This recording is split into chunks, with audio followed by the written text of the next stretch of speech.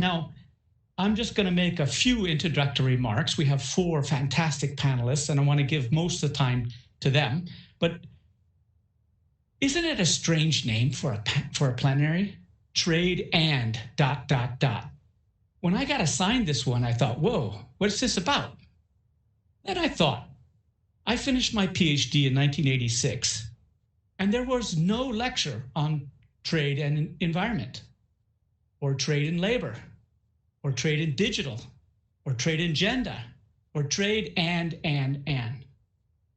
There's no doubt that the world of trade is addressing a much wider range of issues and impacting on a wider range of players than it did in 1986. Now, I've written a couple books. You know, I had to promote my books, Pamela, right? That's okay, yeah. I've written a couple books in the last 5 years trying to explain why, but basically, this is my thinking. Technology changed the way the world worked, and before it was mostly goods crossing borders. Now it's also factories crossing borders and lots of other things crossing borders. And as the flow of things across borders diversified, much of it tightly integrated, global governance changed because we needed a different set of rules.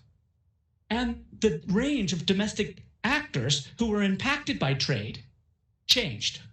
And part of that whole thing, maybe connected or not, the players of international trade shifted from the Quad, EU, US, Canada, and Japan, to the world we have now, where China and India are enormous elephants in the room. And actually, Japan has been kicked out of the green room, or at least was down there for a while. So the players have completely changed. And I think that's why the agenda has diversified. So rather than try and have a why did this happen, I want to give voice to our panelists to discuss perhaps what is happening and what's most interesting. So let me start. I'm going to make a very short introduction of Pamela Coke-Hamilton, who is an old hand in Geneva, but this is her debut view. We're so pleased to have her as the executive director of the International Trade Center, which is a joint venture between WTO and the UN, just down the road. And I'm not going to spend any more time. You've had a long career as a diplomat and a lawyer and at UNCTAD, and now you're running the ITC. I don't want to spend any more time. All that stuff's online. I want to give you 10 minutes to tell us about trade and as you see it. Thanks very much. It's really my pleasure to be here. This is my first official engagement as Executive Director of ITC, and I couldn't think of a better way to start it. I've already told Richard that I want to engage in academia. That's my long-term goal. That's my ambition in life. The rest is just, marking time until I can get to do what I really want to do. But I just want to say also that this is exciting because it gives us an opportunity to actually discuss what trade and means for quite a few, particularly in the context of a COVID pandemic. For me, trade and is an amazing and actually very apt title for 2 reasons. One, because it represents very clearly the pervasiveness of trade across the board now in international discussions, influencing politics. We've seen what's been happening with the US-China trade war, with Brexit, and all the other instances where trade has now become a household name. It never used to be. When my son is asking me about tariffs, I get frightened because when I was 19 years old, I didn't even know what a tariff was. So the fact that it has now become a household discussion suggests that trade is pervasive and its impact is being followed very, very closely and critically by people of all generations. The second reason why trade and is also a very important moniker is that it shows the unpredictability and uncertainty of international trade, particularly in the context of this COVID pandemic. It's not what it used to be. It has changed dramatically. And I don't think any of us when we left the office on March 13th had any idea that this is what we would be facing. We thought we'd just be gone for a month and we'd be back and this would all blow over. But it has radically changed the entire international trading system. So what has occurred now? What do we have? We have a trading system in the context of a pandemic where tourism has completely dried up. If anybody had told any of us who are from tourism dependent economies or small island states that planes would stop flying and that there would be no tourists, we would just laugh them out of the room because it's not possible. This just doesn't happen. So that's been a major factor. Secondly, global value chains have been completely disrupted. We've never seen the level of disruption, probably not since 1918, and at that time there weren't any major global value chains. So what has happened with the global value chains is also important. And thirdly, the WTO. How has the WTO been impacted by the issues that have prevailed in the international trading system? It has lost its major pillars in terms of its ability to be an independent arbiter for the international trading system. In essence, it's been crippled. So we have those three realities. Then let's look at the backdrop of COVID-19 and its disruption of global value chains. The lockdown and the quarantine have had such a negative impact on MSMEs, on issues of gender, on vulnerable groupings. An ITC study showed that global manufacturing has fallen by 126 billion in the 6 months between January and June 2020. That's a huge fall. And how has that rolled out? How has it impacted MSMEs? We've seen already what the impact is on MSMEs just in terms of, anecdotal evidence. How we're going to break that down is going to be very important. So for me, trade and is about a few things. One, trade and MSMEs. How is it impacting and how do we as ITC engage to help MSMEs actually weather this crisis? The second issue is trade and gender. There's no question that women have been more negatively impacted by the COVID crisis because of the fact that women are in the vulnerable grouping. And thirdly, the issue of trade and youth. I mean, we could go into trade and climate change and other issues, but I want to focus on those three because the youth are also in a situation where they have suffered enormously from this trade, the COVID pandemic. Why? My son is sitting in Barbados now doing online studies at a university in Canada because he can't go back. And he can't go to Jamaica because we're doing all kinds of stuff, which it's not quite working. And so we have a situation where so many young people are in flux. And it's frightening. It's frightening for them because the future that they had planned and the future that they saw is not what we told them it was going to be. And so we also have to take into account how do we help the youth to actually navigate this process. So let me start with trade and gender, because I think that is one of the most important ones as far as I'm concerned in terms of impact, because we look at that also in the context of MSMEs. We all know, and I think it's accepted widely, that inclusive trade involves and must include women. It must involve gender empowerment. If it doesn't, then it affects the way every society is going to evolve and how trade is going to work. So let's take a look at how trade and the pandemic has affected women. 73.5% of women have noted, one, that they face major non-tariff measures in any market. Most women have also reported that when it comes to getting help from formal business support organizations, they get less help, one, because they tend to be dominated by men and they tend to focus on men. Thirdly, 70% of women have reported, and I know it is true because I've faced it myself, that access to finance is a major problem.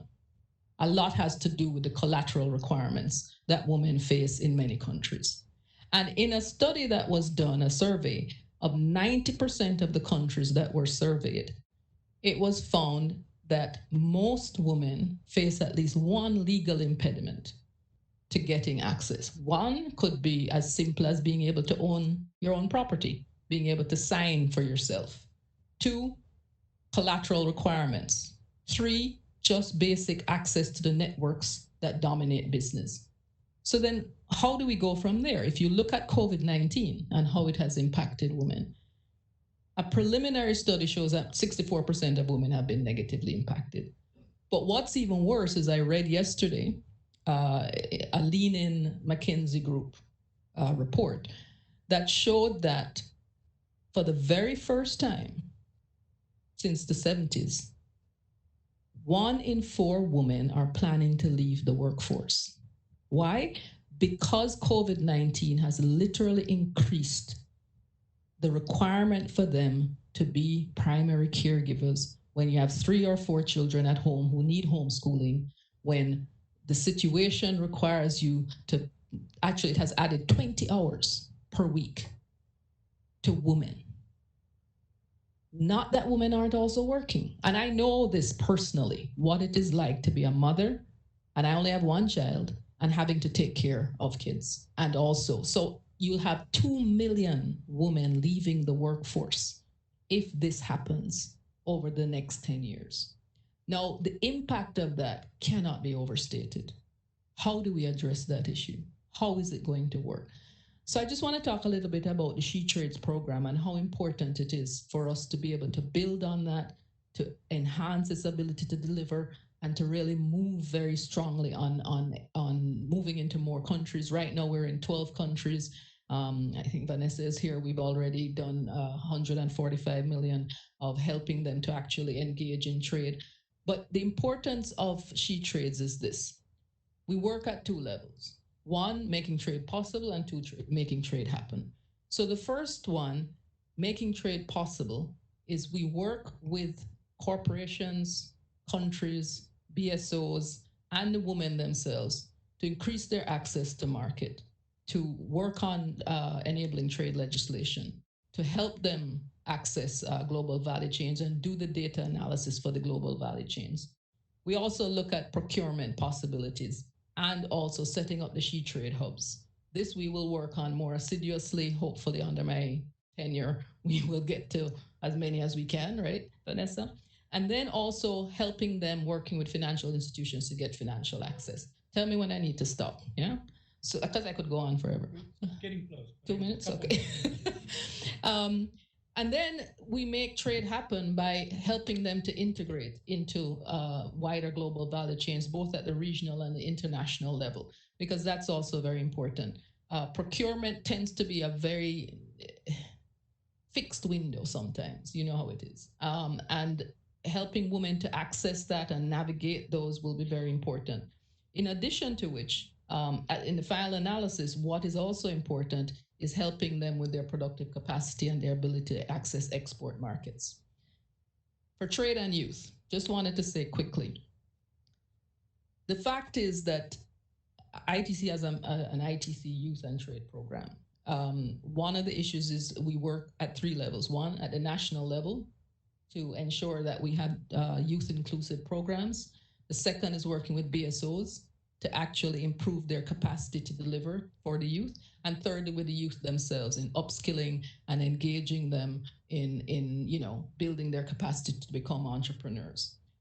They have been affected also, as I said, very systematically. And finally, just on MSMEs, I think most of us have seen just by the news the impact that COVID has had on MSMEs. It has been catastrophic, to put it mildly. And over 60% of MSMEs are saying that they may actually face closure if this situation continues ad infinitum. How do we try to navigate that? So there was a survey done by ITC that 1,200 MSMEs across 109 countries, 67% of them have said that they're strongly affected by the crisis, and 20% of them would close after 3 months. So what do we need to do? We need to work more assiduously with the MSMEs to identify what the issues are, to build resilience. And one of the ideas I've been tossing around in my head before coming is looking at an MSME risk facility, a small and medium-sized enterprises catastrophe risk facility. It's taking from the concept of the catastrophe risk facilities for disaster.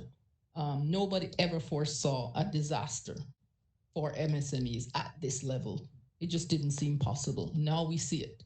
So what are we going to do to try to address it and to build resilience? So I'll stop there. Very good. Thank you very much for those insightful comments and letting us know how trade is impacting groups that perhaps we're not always focusing on, especially here at the WTO, but are incredibly important for the support and the ability of trade to contribute to sustainable development. I'd like to turn over now to go to Anna Stellinger, who is the Director of International and EU Affairs at the Confederation of Swedish Enterprises. And she is, everything good? Yeah. And she is a old friend of the center. We've been participating in things on pharmaceutical and digital or whatever. And I'd just like to give the floor to Anna for 10 minutes to give us your view of the trade and agenda. What's important? What should we focus on? Anna, please.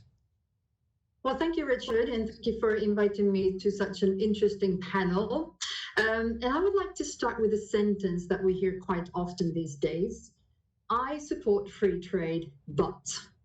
And that's a sentence that is quite usually followed up by statements like, but it has to be fair, but we should not be naive, or perhaps, but it's not really good for the climate, is it?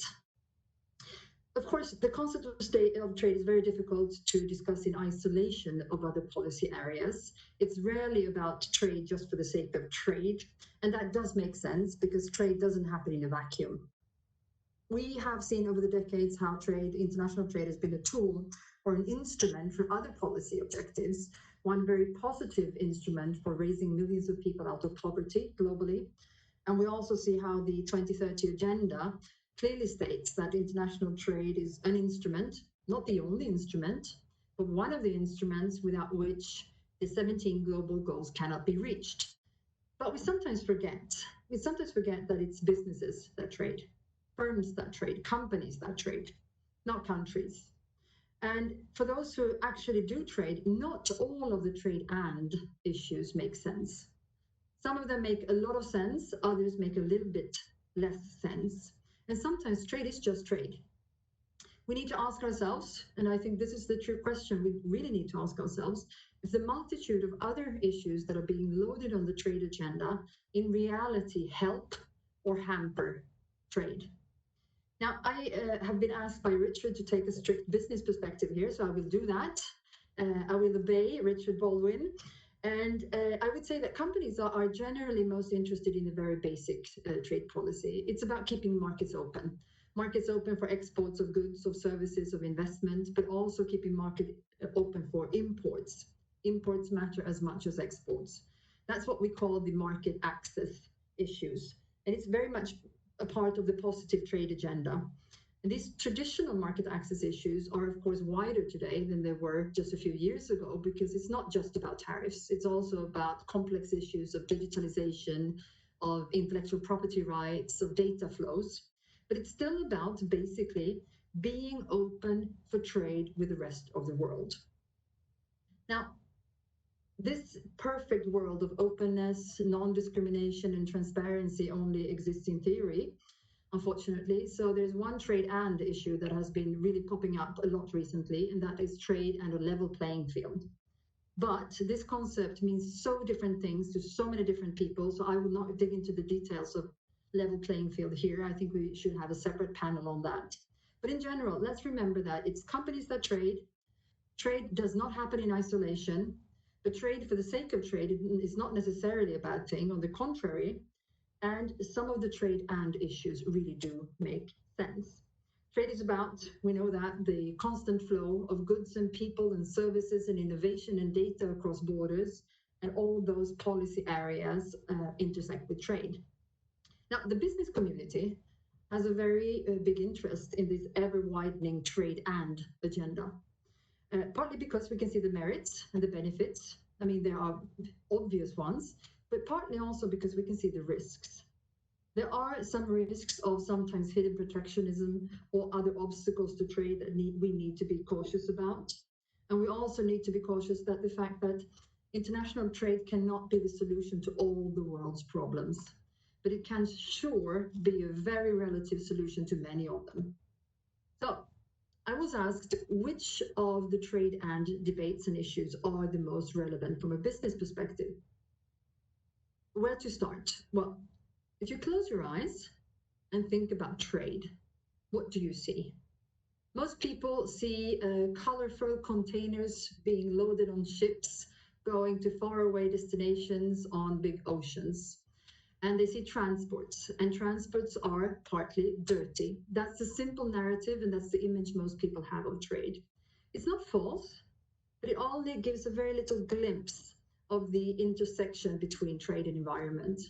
Not all trade requires transports. Think of digital trade, services trade, and there are other factors, of course, the production process. All trading goods requires some kind of production, and that will cause more or less pollution. So there is a clear link between trade and the environment, but it's not just negative. I would say it's hugely positive as well, because trade is needed, even crucial. It's a prerequisite to spread new, innovative, and climate-friendly products, goods and services across the globe. And the list could be quite long. I won't make it here, but the list could be quite long on climate-friendly innovations, crossing borders, making the world a better place for all of us. But then I would say that there's a very clear link between trade policy and the environment. Not trade in the environment this time, but trade policy in the environment. And those are quite obvious. It could be to negotiate agreements like the environmental goods agreement.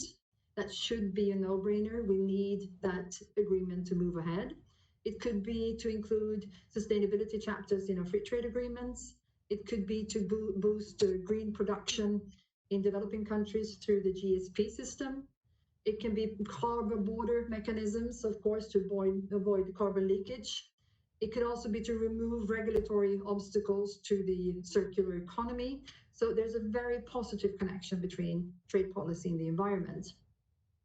But then, sustainability is not just about the environment, it's also the economic sustainability and social sustainability. Unfortunately, we speak not much about economic sustainability. I think we should, but the social issues are very much more discussed, and I think that will be here on the panel also.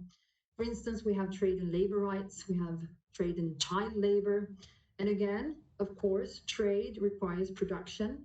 Production requires human resources, and hence there's a very clear link to labor.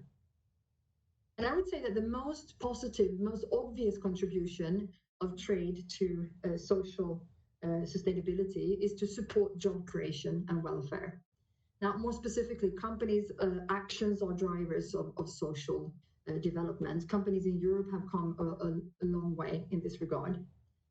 But trade policy can also have a role, and I think this is important, by including references to ILO, International Labour Organization's core conventions in free trade agreements. And from the part of the EU, I think that we should definitely continue to push all countries that we are negotiating free trade agreements with to sign and ratify the ILO core conventions. But then secondly, once we have a free trade agreement, I think within the framework of the trade agreement, the EU could, together with the partners, make sure that the conventions are implemented in practice. And this could be done by knowledge exchange, by development cooperation. So here trade policy could contribute to ensuring that decisions are actually in fact implemented. But, and here is a but, we need to be cautious in terms of setting requirements in trade agreements that deal with national distribution issues. We have the social contracts, and I think about the national social contracts that, well, they regard taxes, education, social welfare systems. They are determined by different countries' economic, cultural, political histories. And this is very closely linked to the national competence. So there we see that the resources to achieve social sustainability are best to be found at the national level. I think my time is running up, so I won't make the entire list of trade and issues and how the business part see those. But I would like to, in conclusion, give two examples. One example of what we do want, and one example of what we don't want.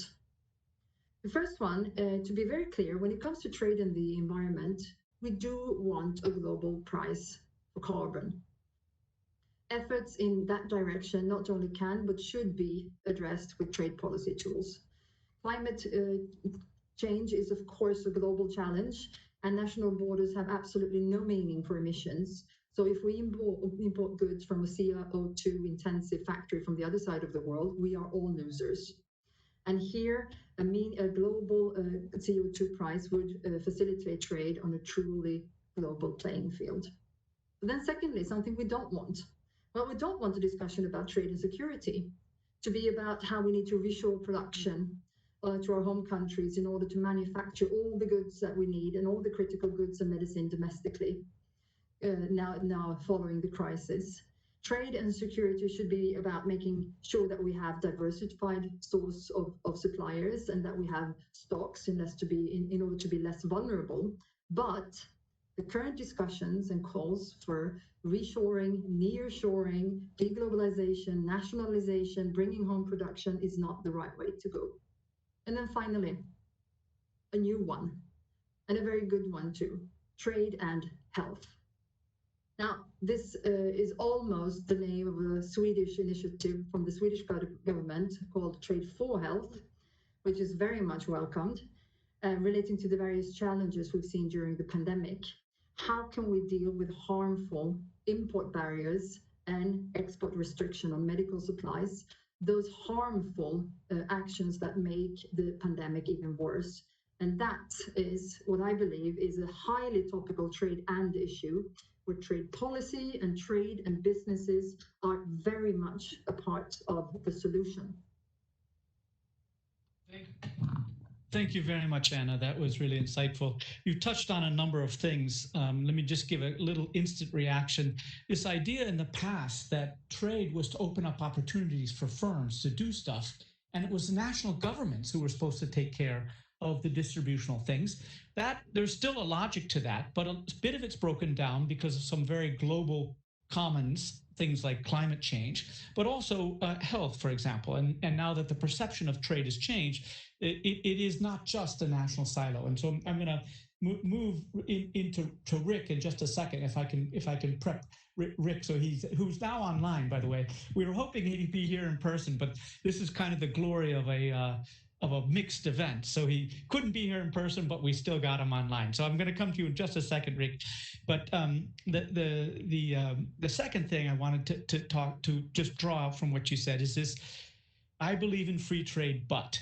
And I think that is really a theme that it's worthwhile exploring, and the perception of trade is one of the reasons that it's enriched. So I hope that's okay with you, Marajek, if I put you for the last one. But then Rick is going to speak, I think, mostly on the ILO issues that Anna touched on, and in fact the digital issues, which touching on everything from youth to SMEs to gender to environment, etc.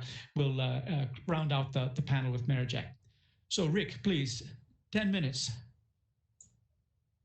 All right, Richard and colleagues, thanks very much. Sorry for the logistical / technical difficulties, as we'll euphemistically refer to them today. Really a great framing of the discussion, as always, Richard.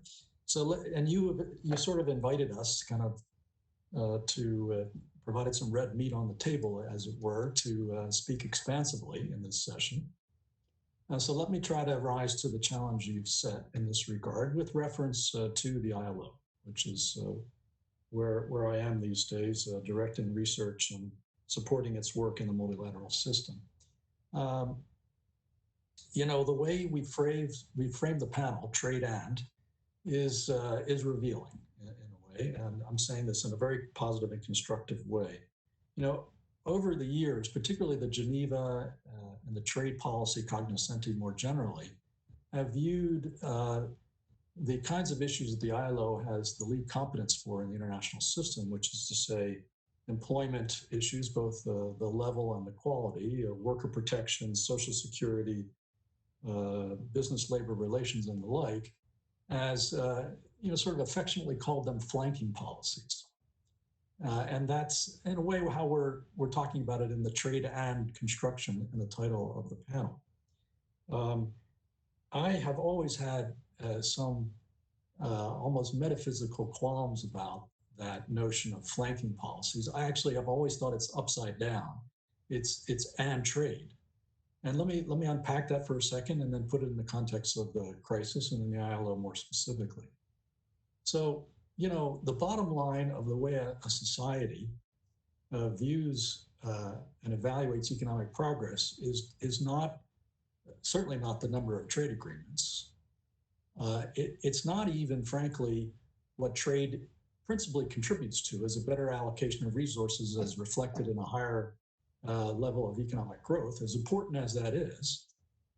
But rather, a society evaluates the success in advancing economic progress in terms of living standards, how they're progressing and how widely diffused that progress is across society. That's really the bottom line, the ultimate scorecard, if you will, of economic success or progress nationally or otherwise. And accordingly, the policies that influence employment creation, the social quality of that employment,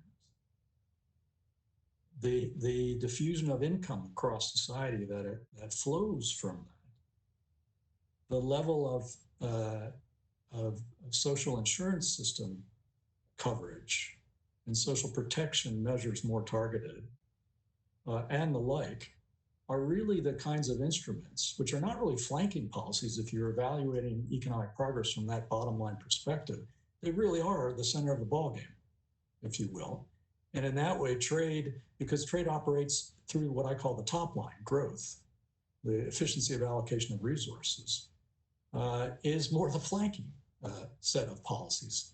You know, when you look at economics through this social lens, and I wouldn't say social because a lot of times people use the term social and they think there's some sort of a softness to it. No, this is, in political terms, this is the hardest thing, the hardest factor there is how well society evaluates the way the household is doing, the community in which the household is placed, and then its national society more generally.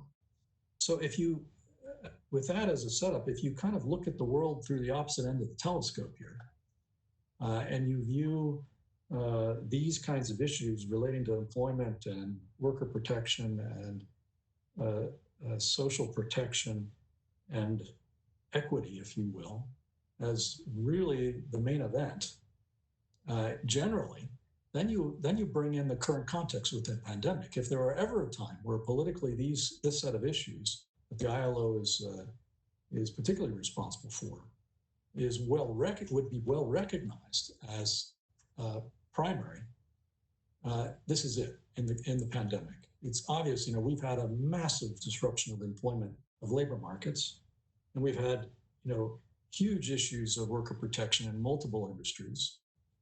And of course, social security and protection systems have been strained to the hilt. So in a way, the real issue for international economic policy these days is how to strengthen and enable national efforts on job creation, on improving worker protections, on bolstering on an ongoing basis, not just a temporary basis, social protection and insurance systems going forward in order to increase the level of employment, the quality of employment, and the reach and adequacy of social protection.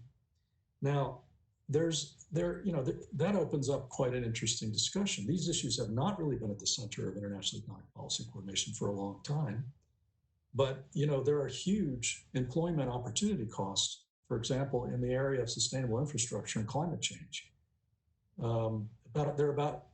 Governments have only so much money to spend on infrastructure, but the markets are about 120 billion plus in assets, $120 trillion plus in assets in the markets right now, of which only about 5% gets spent on infrastructure, and only 1% of that in developing countries. Just a 2 or 3 percentage point reallocation of those assets, which, by the way, about a quarter of those assets are earning less than 1%. I'm sorry, they're earning less than 0% right now. About a quarter of those assets are invested in negative earning instruments, principally developed country bonds. And a huge chunk beyond that is earning less than 1% in corporate bonds and the like. We have effectively kind of a significant market failure here, a misallocation of capital that has an enormous employment opportunity costs, job creation opportunity costs. So international economic policy cooperation would view that as, you know, a central element, a central priority right now. And so would it in terms of helping countries have the support they need in strengthening their labor institutions that provides for the implementation of core labor standards that were mentioned earlier, and financing, kickstarting, and extending the coverage of their social insurance systems and social protection programs. So that's the broad point. Now let me come to trade, the and part, and trade. What about if what I've just described really, particularly in the current crisis, needs to be the main event of international economic policy cooperation and development cooperation, then what about trade and trade? So here, let me make let me invoke a bit of a saying from a former president in the U.S., my country, Dwight Eisenhower. He's had a phrase attributed to him that I think is relevant in the circumstances which the WTO finds itself right now. He reportedly said at one point, you know, if you face a very large, difficult problem, sometimes the best way to solve it is to enlarge it. And I think that's exactly the case with trade right now. We've been sort of at irons, if you use a sailing analogy, for 10, 20 years now at the multilateral system in trade. We've been pushing, as an ecosystem to try to modernize the trade system in respect of the digital economy.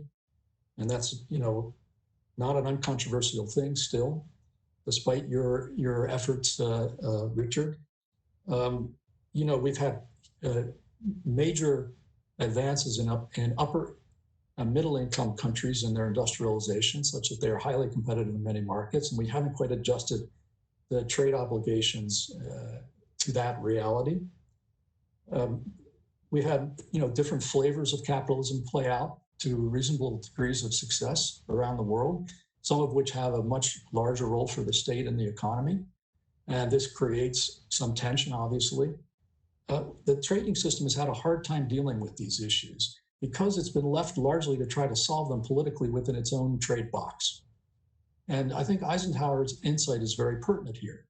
If we as an international community enlarge that box such that you had some of the things I just referred to earlier that really matter to people and societies as a central part of international economic cooperation, there would be huge potential gains in there for developing countries, which might make them have more trust in progressing on the digital side of things, or maybe adjusting tariffs so that they're a little more in line with developed countries, or coming to some agreement about interoperability of capitalist systems that have more or less degrees of government role in them. In other words, if we put the ILO set of issues, which were captured in its 100th anniversary ministerial declaration last year, which is called the Centenary Declaration, roughly corresponding to the areas I mentioned at the top of this talk, and combine that with the basic ambition of the SDGs, and put them at the heart of international economic policy and development cooperation, I would submit to you and the audience here that it wouldn't solve overnight the politics in the trading system in the WTO, but I think it would improve the atmosphere and the potential for a resolution of this immensely. And that's why I think turning the title of the session on its head and kind of putting inside out the notion of what is the flanking policy here could be not only a way forward for good economics and better development, both higher growth and better equity. I also think it could help crack these political economies issues that have been hampering the trade negotiating fora for many years right now. Thank you very much. Rick. I forgot to introduce Rick because I've known him for so long. But so Rick has been a force in Geneva for basically ever. You've probably heard of the World Economic Forum. So Rick is basically the E in the World Economic Forum, keeping them straight on issues. And he's just recently skipped over to the ILO and now is their research director and come back to Geneva. We're very excited about this. And I think this may have been your debut public appearance. Is that correct, Rick? I think so. Okay, so we got two. We're really good. And you did not disappoint. You told me the title of my panel was wrong. That's good. And you told us how to solve all the world's problems, which was also good. Basically, it's human-centered. We should be doing things that make humans better in terms of social achievements. We worry about communities, and trade may be part of that, and all this other things. I think that's really a great way. But the trouble is that frequently governments who want to do that with their own citizens use trade as a scapegoat to blame foreigners for various issues. So we get dragged into this trade and, I would like to do trade and, but.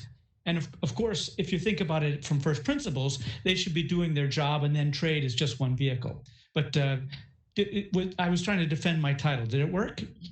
No, not really. Okay. All right. We'll keep moving on. Now, the next panelist, who I will introduce, is Meritxell Sok, who is a former member of the European Parliament, who is now, I think, you're actually in Stanford now, are you, Meritxell? I'm actually in Amsterdam, but I work at Stanford, that's right. I see, Amsterdam, okay. So at least it's a little less cruel, the time zone issues for you. That's very good. And she's now the president of the Cyber Peace Institute. And we were hoping to pull in, so much of everything now is changing in digital and overlapping. We're hoping to pull in your insights into the trade and agenda, or if you want, the and trade agenda. Please, 10 minutes, if you will. Thank you so much. I think I'll be more brief so we can engage in interaction because so many rich comments have already been made. And if I were a participant, my head would already be buzzing at the moment. So let me try to address two things here, which I think are important. One is the political context in which trade has changed so much, and which I think has also led to questions of where the relevance of trade policy begins and where it ends. So when I first became a member of the International Trade Committee on the European Parliament, it was almost an invisible set of topics. I thought it was very relevant, and I don't shy away from geeky topics, but it was certainly not something of a topic that would fill my inbox with constituent questions, or where I would get many invitations for panel discussions or have to receive a number of petitions or whatnot.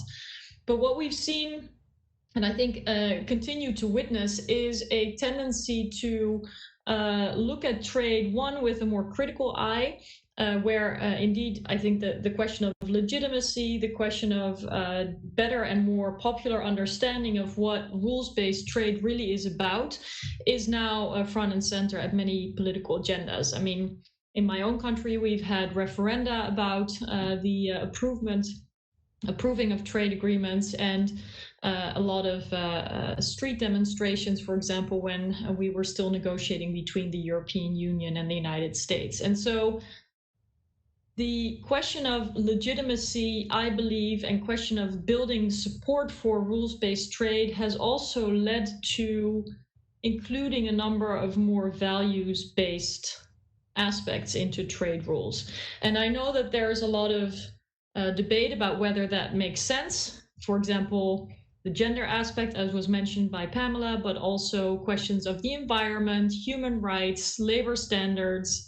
The scope of trade rules is continuously negotiated, perhaps in an attempt to make it cover more areas, but also in an attempt to get buy-in from populations who initially saw rules around trade as a enabling factor for big business, for the corporate world, and rather want to see more societal benefits and a better impact for people in developing countries, for the people who are working for small and medium-sized enterprises, et cetera, et cetera.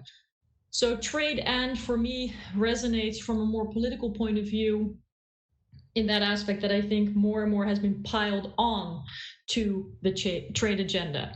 And one of the most prominent topics, and this is where I'll make the jump to the digital aspects of trade rules, has of course been that trade has broadly moved from being about goods that were transported, shipped around the world, and where rules and standards were needed to make sure that this could be done fairly, safely, and securely, to including many more services, which essentially can cross hands without ships and trucks and border controls, and need other kinds of quality controls and standards to ensure that, for example, labor rights or qualifications are verified in all kinds of ways. And now we see more and more digitization of all sectors in the global economy, and a big quest for how to make sure that the digital world and the digital economy are anchored in a set of rules. And I think this is again where people look to trade rules, one, because it has been a successful way of binding people from different political systems, from different countries, in a shared conviction that a level playing field, benchmarks, accountability are good for everybody at the end of the day. Trade rules, I do think, can also contribute to trust. And especially in the digital world, we've seen a search for that kind of trust, recalling the endless discussions about data protection standards between the EU and the United States, where the EU and the US are not at all the furthest apart on the global scale. And so I think that the new chapter of rules-based trade must include relevance and must include building trust in the digital economy. Now, I think there is a sense of urgency to make that work, because the private sector is taking on more and more of a governance role in shaping the rules of the road for the digital world at large, and also in particular when it comes to trade rules. We've seen initiatives from the Chinese e-commerce platform Alibaba to create an e-commerce platform, which, it's a new form of governance that we have not seen before, while at the WTO, it's not that easy to come to global rules around e-commerce and IT products and what have you.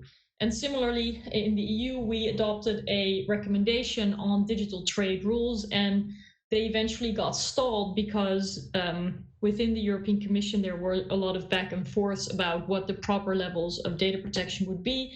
And so the sort of justice and home affairs topics were at odds with the interests of the EU setting a standard when it came to digital trade. So I'll conclude there by saying that I think in digital trade, as well as in other areas of trade rules as they evolve over time, we see more and more of a demand to fold in some of these values-based aspects, whether it be data protection standards and privacy, or whether it be human rights and gender aspects. And I know that a lot of people at the heart of sort of trade expertise and experts on trade rules may be a little bit skeptical about this, but I think that there is an aspect of legitimacy that must also be addressed, and perhaps expanding the trade and category is a way to do that. Well, thank you for that. That is a huge smorgasbord of ideas and perspectives. I know, Anna, you have to go off a little bit early. Is that right? So let me just go. What I want to do now is kind of raise the level of the discussion, or move the discussion into the mood music we have now, which is really deteriorating economic cooperation.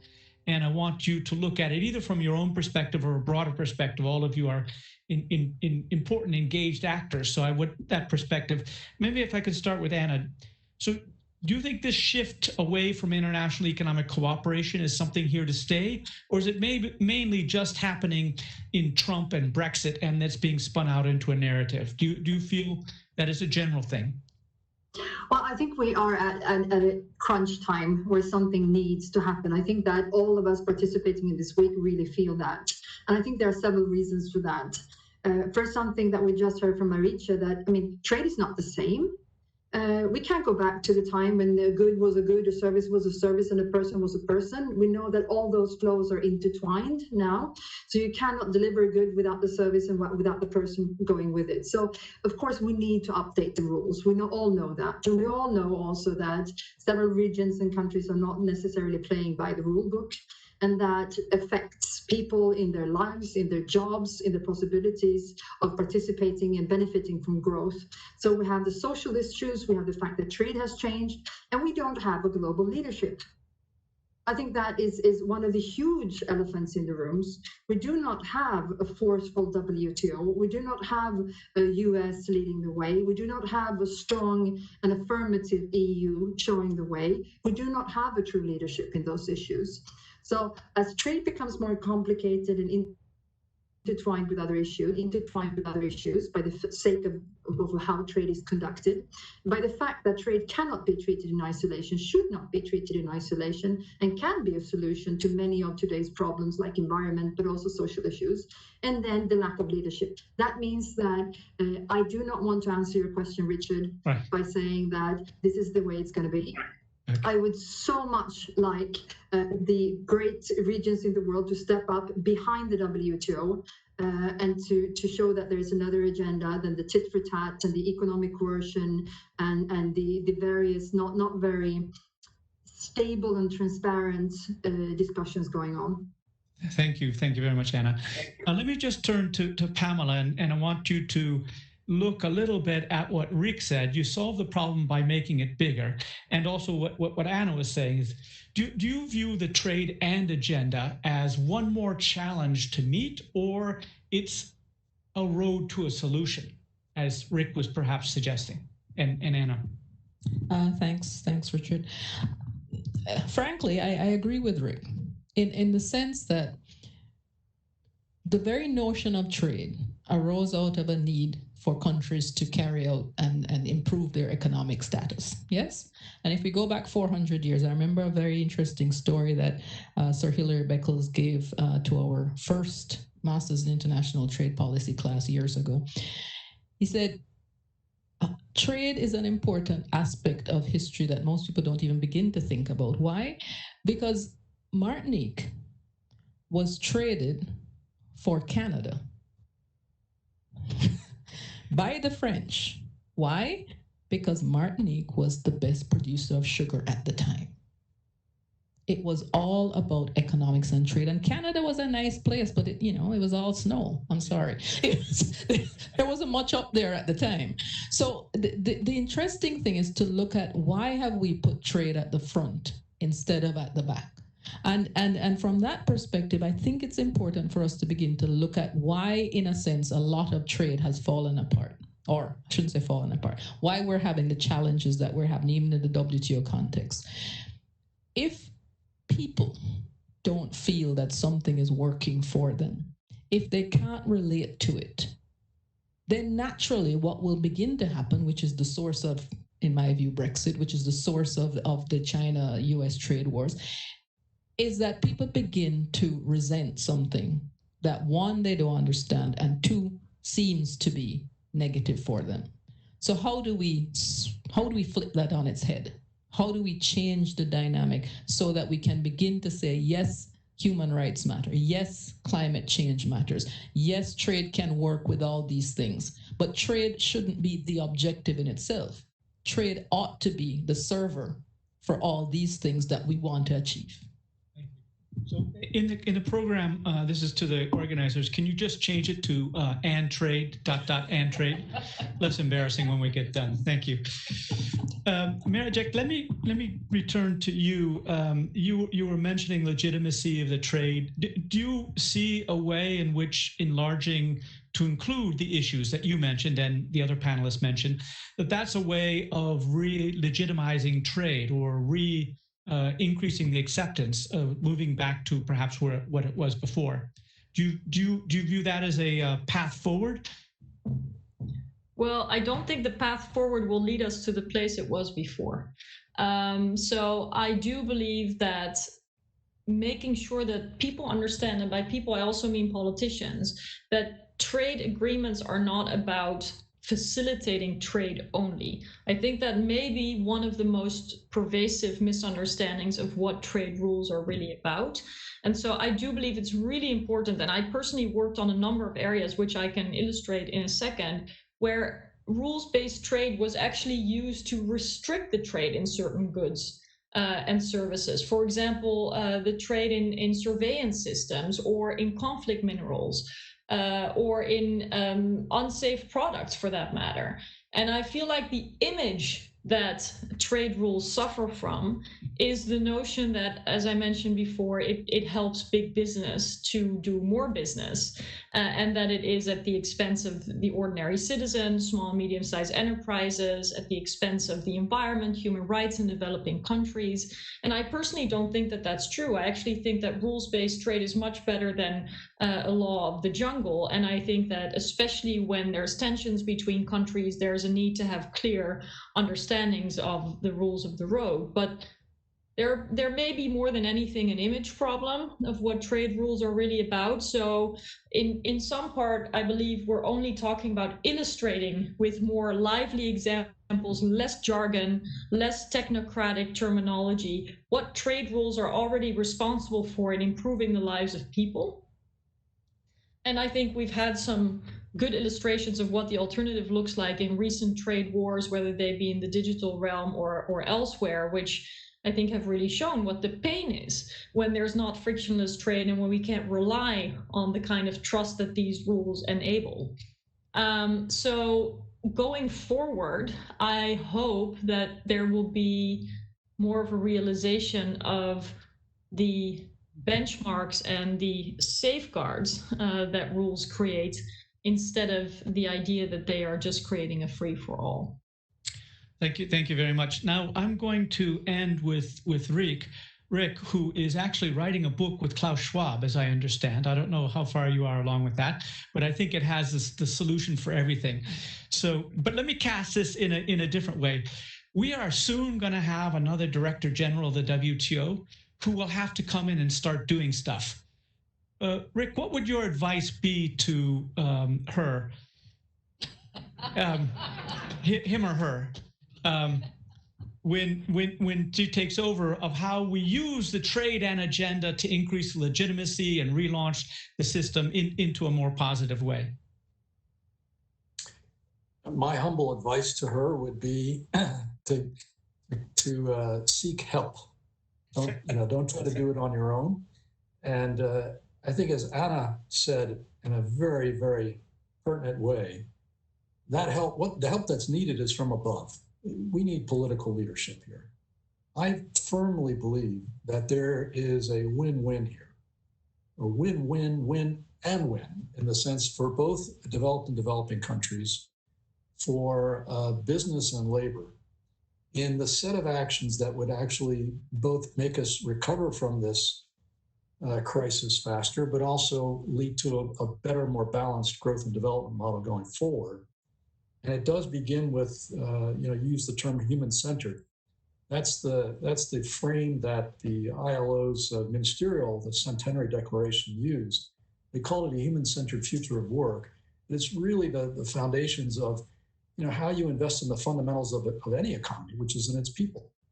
And if that moves to center stage, both in national policy, and that's heavily influenced by international advice from international organizations and the G20 and the like, and it also moves to the center of the stage in development cooperation, then that will greatly enable our next WTO Director General in working through some of these other issues, because those would be seen as part of a bigger package where it works for everybody going forward. So it would be helpful if there were a charismatic and dedicated leader sitting in a capital of a major economy who took up this charge and rallied people in the way that the US did for the generation or so after World War II. That hasn't been the case for the last long period, frankly, and I don't know if it's going to happen going forward. But it needs to come from somewhere, and that was Anna's point, and I fully subscribe to it. Very good. We are literally 2 minutes over, which is pretty good for our standards. I think we have another 15 minutes, but we're gonna. Juanita's telling me, no, it's done. No, keep going. Okay. So what I do want to allow time for, which I didn't because I wanted to kind of get us to, where are we going to go with this? Is that I allow you to react to each other's statements. Now that's always a little embarrassing, so I'm going to have to call out individuals here. And when Pamela was starting, and she's right next to me, so I can look her in the eye and say, I'm really relying on you now. I need you, Pamela. That digital and women and labor laws and youth and all those are related. But let's just pick a digital. How does that work into your and issues, so the SMEs, the gender, and the youth? In my own little work, I think digital is an enabling thing. But how do you view that? And maybe pick up on some of the things that Anna and Rick and Maricek said. Sure. Digital ought to be enabling. And I want to start out there because I think it's clear that it should be, and that's the role. For women who work mostly in the service sectors, it has been one of the issues that has been germane. Even if you look at this COVID reality, women have been able to benefit more by virtue of being able to, for example, Etsy. That's one of the major platforms that women who work in craft and so on use. So digitalization has been important and has been utilized even by youth as well in the creation of apps. It has been extremely important for developing countries for access to markets in the services area and being able to, utilize digital market spaces to work. What is important, though, is that what we found is that the level of penetration, particularly in many African countries. So the level of penetration at the household level is 18%. For LDCs, it's 11.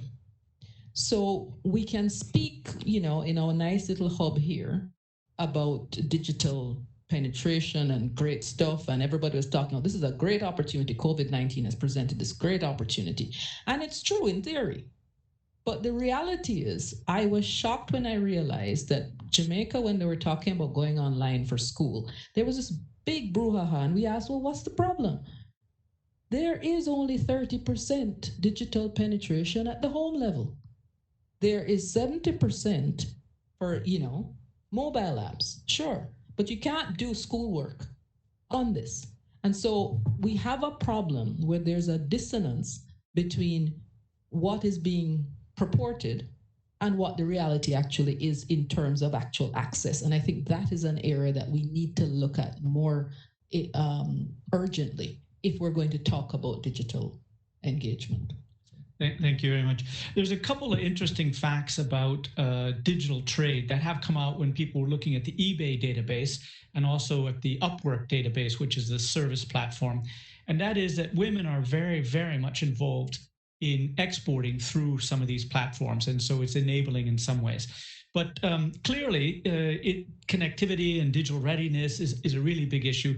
The way I put it is really it's opening up opportunities for middle-class people in middle-income countries who have reliable electricity, who have a laptop, who have a stable connection, and have a skill that's recognizable in the rest of the world. That if they don't, they're not there yet. So it is possible it would lead to more of a divide, and this big opportunity is something where we need perhaps to put more trade enabling and trade facilitating things. So Juanita, are we still, we're good? Oh, keep going. Okay, so we can do this all day long. So Maricek, when you hear Pamela say that digital sounds good in practice, but actually there's this big digital divide, so it may actually be offsetting. And I know the European Parliament has been very aware, very lively to the concerns of Europe's partners, especially in developing countries. So are there things going on in the EU that would help address some of the barriers that Pamela was talking about? Since I don't work on trade policy anymore, I don't know what the latest is in terms of trying to overcome that. But I do know indeed that, as part of trade policy through which developing countries can be helped, there has always been a focus on this, both because the EU is the world's biggest development donor and in the way it looks at trade rules, even if sometimes internal disputes make it hard to follow through. I recall right after the Arab uprisings that there was an initiative to sort of incentivize Tunisia to, get its economy back together, and exporting olive oil was one of the interesting areas through which that would be possible. And Greece, Italy, Spain, olive producing countries did everything they could not to increase the quota of Tunisian olive oil with just a little bit. So sometimes there's the political reality of, sectors in specific countries there too. But that's not to say that a lot isn't possible. And I think certainly in the digital world, not only is a lot more possible, there's a big need to make sure that the public interest is not overshadowed by private sector interests who may well get there first, so to say, especially in developing countries. Not only European companies or American companies, which may be top of mind for a lot of people as they think about brands that they know or infrastructure producers, but increasingly also Chinese investments are being made with, I think, conditionalities that may, at the end of the day, have a high price for people in developing countries. So I actually think that there is no reason to be happy about what any of the democratic nations have done here. I think to a large extent they have not taken their opportunity and responsibility when it came to ensuring that digitization happened in a framework of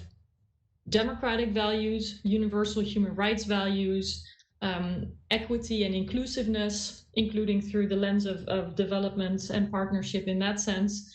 And so I worry, to be honest, that between private sector-led set of values for digitization, which is much more about economic value, and a more authoritarian model, the democratic model and the human rights-based model tends to get squeezed. And we can also see that in trade and investments, unfortunately.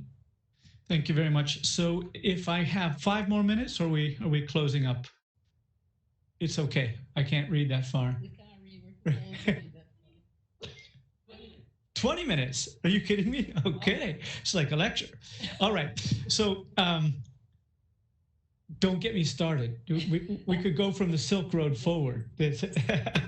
But now what I do want to know is I happen to know that the ILO's next report is on platform work, if I got that right. Is that right, Rick? You're on one of its next reports, yes. One of the next reports. So I think there's a very interesting mix between labor rights, taxation, digital, trade, and the platform economy. So has the ILO unpacked any of that stuff? Let me just give you an example of where my little book, I thought about this stuff. So online, you do not know whether the person's doing it is a 16-year-old girl chained to her chair in unsanitary conditions, tagging your photos, or whether it's, respecting labor laws. Moreover, there is a possibility that a significant share of the professional force escapes the tax net locally. So I talked with a digital entrepreneur in Sri Lanka who told me absolutely everybody who can do this stuff in Sri Lanka was working through Upwork for dollars and getting paid offshore, and presumably not being taxed whatsoever.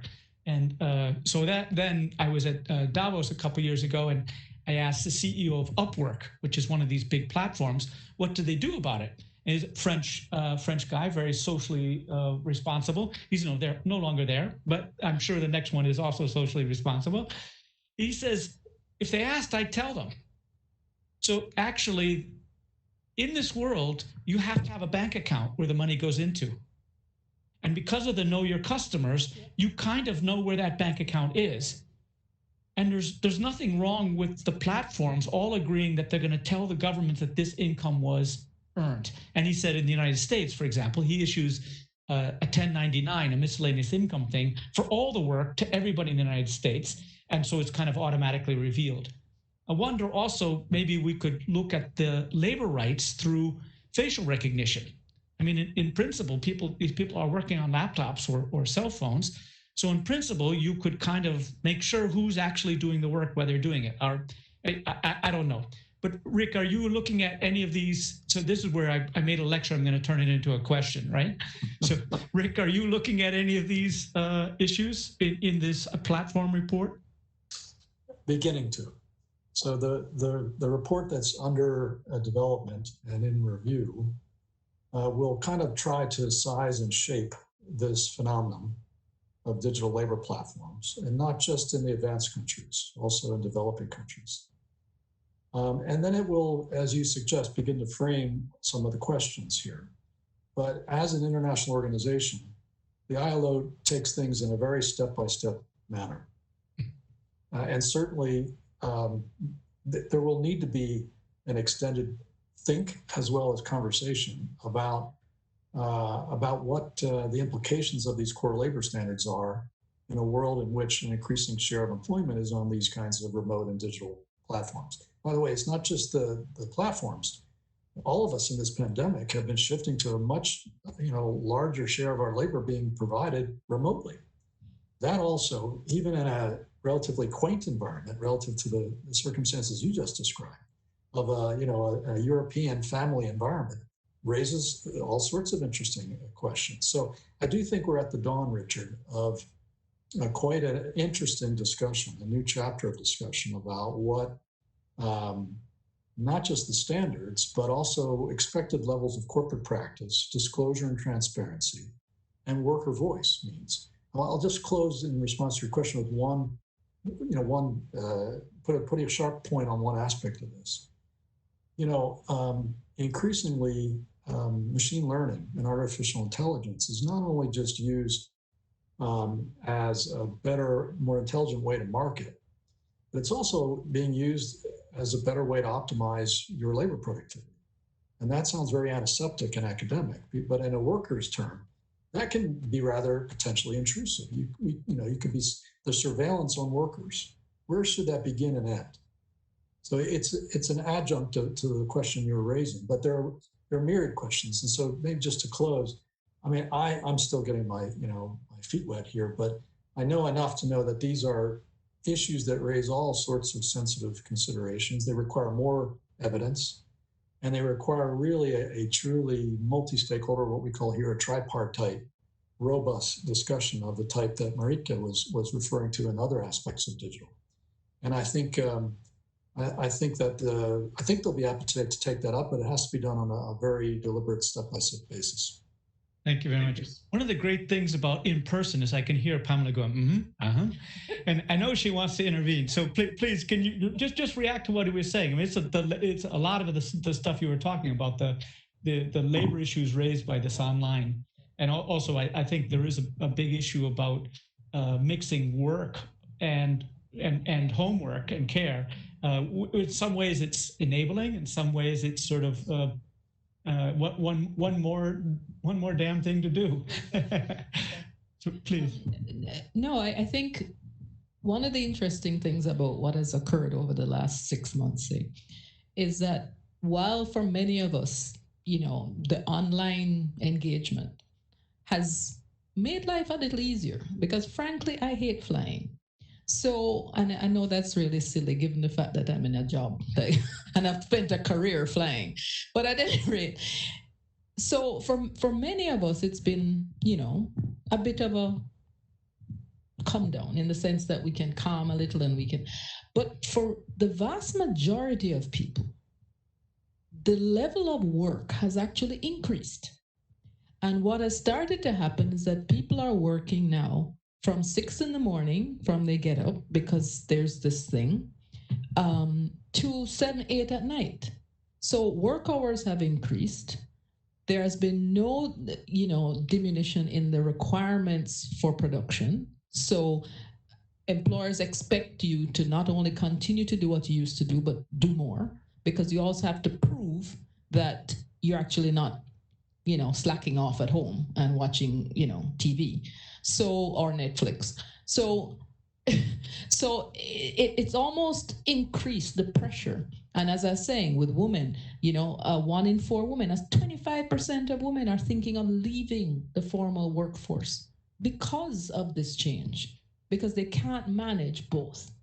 And the intrusion into the home of this digital work platform has made it that much more difficult. So we have to look at labor laws in a new dynamic.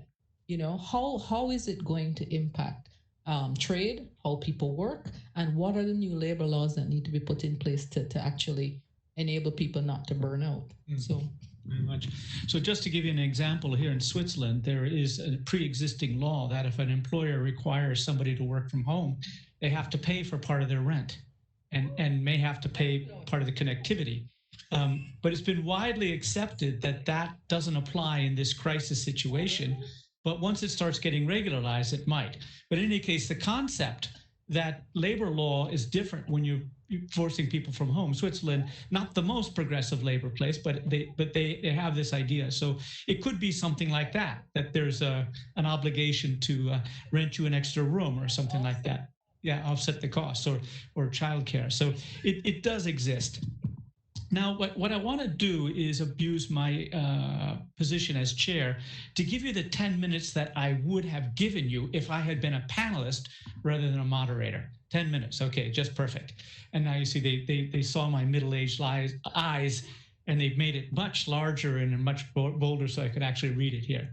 Okay, so here's my take on trade and trade. I think traditionally trade was something you made and put on boats to somewhere else. And it was driven by an arbitrage in cost differences. In other words, for whatever reason, some countries could make some goods relatively cheaper than others.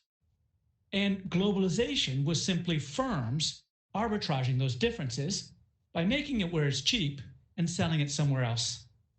And for quite a long time, hundreds of years, thousands of years, that primarily involved things that we make, not things that we do, because it was very hard to move services. It's very hard to put a container of medical services from Switzerland on a boat and sell them in China. So almost all the globalization was involved in goods. It was a technological constraint in some sense. The nature of goods made it possible to exchange them. And then sometimes around the late 80s, early 90s, information and communication technology made it possible to integrate and coordinate extremely complex activities at distance. And that led, in my view, to the offshoring outsourcing. And to me, the key was nothing to do with trade costs, although of course that also mattered. What really changed was to be able to coordinate and keep control of technology. So what really changed was know-how in manufacturing of G7 firms was taken to nearby developing countries and combined with low-wage labor. And that completely transformed the nature of trade. It changed the basis of comparative advantage. It changed the definition of competitiveness from a national level to a global value chain level. That was hugely interesting to everybody. The multinationals could get their products made for cheaper. They could, in essence, leverage their knowledge, their firm-specific knowledge, with lower wage labor. Now, labor in the G7 countries didn't like this so much because previously they'd had more or less a monopoly on that G7 labor, but now they were competing at least on certain tasks abroad. And the developing countries started falling all over themselves to sign agreements and sign bilateral investment treaties to attract this, because it was quite clear that this was the fast road to industrialization. And for a handful of countries around the world, China above all, it really worked. So much in China that they've become a headquarter economy themselves. But it started with the outward processing sort of thing that goes this way. Now, what that meant is at this point, we didn't just have goods crossing borders, we had factories crossing borders. And all the flows that used to happen inside factories, goods, services, people, training, investment, quality checking, those were now international issues. They were international flows that completely changed the impact of globalization and made commerce both more complex and more interrelated. Because if you were going to run a factory with, say, making the tails of Embraer jets in central Mexico to fit into jets that were completed in Quebec, you needed to have a back and forth flow of a whole series of things that never did before. And it's not good enough to have just the capital and the goods going. You needed protection of intellectual property rights. You needed protection of other intangible rights. You needed the ability of managers and technicians to move back and forth. So the more complex flows were also more integrated, and that changed the nature of policy. Now, people like Danny Roderick and to a certain extent Paul Krugman look at trade agreements like NAFTA and say, this is not a trade agreement. Most of the things aren't about trade. But that's because they're thinking in Ricardian terms, where trade means goods moving between countries. But once factories move between countries, it's entirely normal that this more complex commerce involves more complex things. And then to finally come back around to the trade and trade agenda, trade started impacting people in ways that they never did before, So all of a sudden, workers in Quebec could see where their jobs went in Mexico. And they were sometimes they were being asked to train those workers or provide help in training the workers to offshore their jobs. And that just didn't seem fair. Before, Detroit was Team America making cars, competing with Team Japan making cars. Now, little bits and pieces inside the factory were torn up and moved elsewhere. And actually inside the factory, that changed the politics. Because if one bit of your production process could be offshored for cheaper, then the guys who still kept their jobs were more competitive. So it broke things down. And our social structures, our unions, our ministries were set up in silos that were no longer relevant. And so it was hard to respond to this whole thing. And then on top of it, if it was clear that Canadian technology was going to Mexico, Canadian workers necessarily started thinking about Mexican environmental standards and labor standards. These were always an issue, but it was much more immediate when you could see that you were more personal. That's right, it came up. And then it goes way beyond that. So for example, if you want to get those jobs in aircraft or cars, Mexico more or less had to unilaterally adopt the standards of the people who were taking it in. And that in essence seemed very intrusive. And of course, there's always, once the pie got enlarged, there was other things that were leveraged by the G7 countries. But in my mind, this whole thing happened because the nature of commerce got more complex and more interconnected and started reaching into societies in ways they never did before. And so we could not have a discussion about liberalizing tariffs without having a discussion about sustainability, about gender, about labor, et cetera, et cetera. So to me, this is my role in life, is to make big, sweeping, vague statements that put it all together. And I'm so happy that we had enough time that I could lay out this. But I'm really happy that we had such concrete interventions by people who really know what's going on. And thank goodness you guys are in charge of making things work rather than me. I just write books and see what happens. But that said. So I don't know if we have, you know what I completely forgot was the online questions. So no, we're good to go. We will answer, I'll send the online questions around to the panelists and see what happens. So with that, I'm just gonna wrap it up and thank all my panelists and thank the participants that are physically here. There's a bunch of them here, all with masks on, and you in the audience for participating in this. This Geneva Trade Week has been absolutely tremendous. At least it has allowed us to bring in voices that we could not have had before. The public forum required you to get on a plane and rent a hotel room for a week, and lots of people didn't. And this really is going to be continued because we had 70 organizations from around the world participating. We've had online participation from 93 different countries or something like that. So we are definitely going to do this next year. So think about next year, and we'll definitely bring you all back. So with that, I'm going to close it and thank you very much. I'm going to hand it over to somebody. So. Yes, and we would just like to encourage everyone to join us for the conversation on the Beyond Trade Network. You have the website right here, and we can continue the conversations with speakers, with other, I think, trade enthusiasts and experts. So we thank you so much for joining us, and thank you for today. Thank you, Richard. Very much. So this Beyond Trade Network is a little bit like LinkedIn for trade nerds. So you can find people who are working on things, find people who are interested in talking about stuff that nobody else is interested in. So please do sign up for this BTN, this Beyond Trade Network. It's kind of a closed environment, safe environment. And so far, a few hundred people have signed up for it. And that's what we hope to get a community of trade nerds who go forward. So thank you very much. With that, I'll close.